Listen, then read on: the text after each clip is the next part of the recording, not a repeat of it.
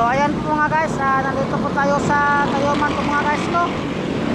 Nakita po natin itong aso po na putol po ang dalawang paa po sa harap po mga guys.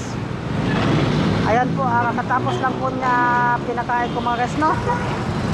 Chu!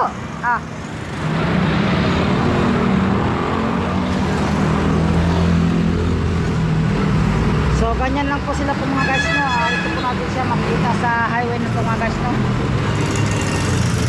Oh, Chu! Oh, inom na oh.